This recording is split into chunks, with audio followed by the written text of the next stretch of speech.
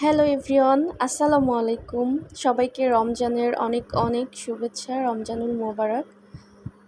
রমজান মাস মানেই আনন্দের মাস। আর এই মাসটা কেমন করে জানি খুব দ্রুতই কেটে যায়। যাই হোক, উঠে পড়েছি সেহরি খাওয়ার জন্য। চারিদিকে অনেক আনন্দের আর কি আমেজ। সব বাসাগুলোতেই লোকজন উঠে পড়েছে। আমিও খাওয়ার জন্য রেডি হয়ে গিয়েছি। এই যে খাবার রেডি করে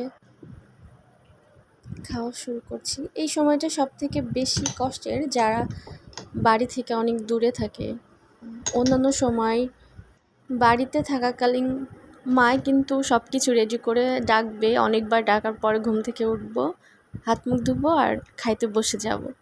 কিন্তু যেহেতু এখন ঢাকাতে আছি, একা একা নিজের মতো নিজেকে রান্না করে সব কিছু রেডি করে তারপর খেতে হবে। আর সবথেকে কষ্টের এই বিষয়টা যে একা একা খেতে হবে, এটাই। সেহরি ইফতারি একা একা খাওয়াটা অনেক কষ্টের। তারপর আল্লাহর কাছে অনেক অনেক শুকরিয়া যে আলহামদুলিল্লাহ রোজা রাখতে পারছি, এটাই অনেক কিছু। পড়াশুনোর জন্য যারা বাইরে থাকে তারা অন্তত এই কষ্টটা বুঝবে যে পরিবার ছাড়া সেহরি ইফতারি করাটা আসলেই অনেক কষ্টের ব্যাপার। যাই হোক, কিছু করার নেই। তো খাওয়া দাওয়া শেষ করে এখন নামাজের জন্য প্রস্তুতি নিতে হবে। এই তো নামাজ শেষ করে কোরআন শরীফ নিয়ে বসলাম, কোরআন শরীফ পড়ব।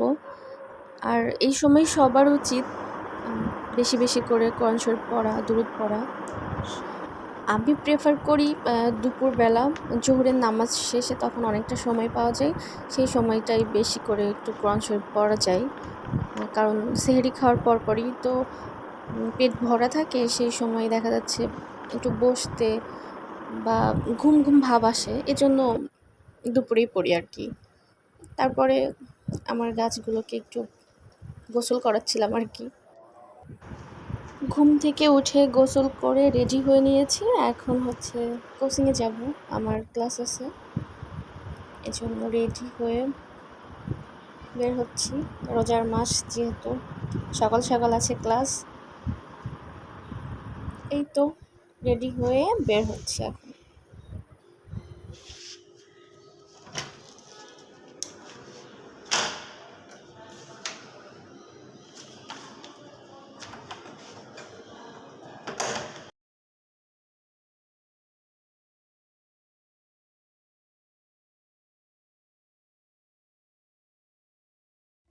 I don't think so. No, no, no, no. I don't think so. No, no, no, no. It's never, ever, ever, ever, ever, ever gonna happen. I don't think so. No, no, no. বাসায় এসে ইফতার ready করছি। আর যেহেতু বাইরে থেকে নিয়ে আসছি, আমি ছোলা রান্না করে রেখেছিলাম আর কিছু বাইরে থেকে নিয়ে আসছি হালকা পাতলা, আর হচ্ছে একটু শসা দিয়ে আর টক দই দিয়ে এটা সালাদ বানিয়ে নিচ্ছিলাম। এই তো আমার ইফতারি রেডি হয়ে যাচ্ছে, কিছুক্ষণ পরেই ইফতারি হবে। এই যে আজকের ইফতার আমার রেডি। আর টক দই লাচ্ছি বানিয়েছিলাম। এই তো ইফতার রেডি। আল্লাহ হাফেজ।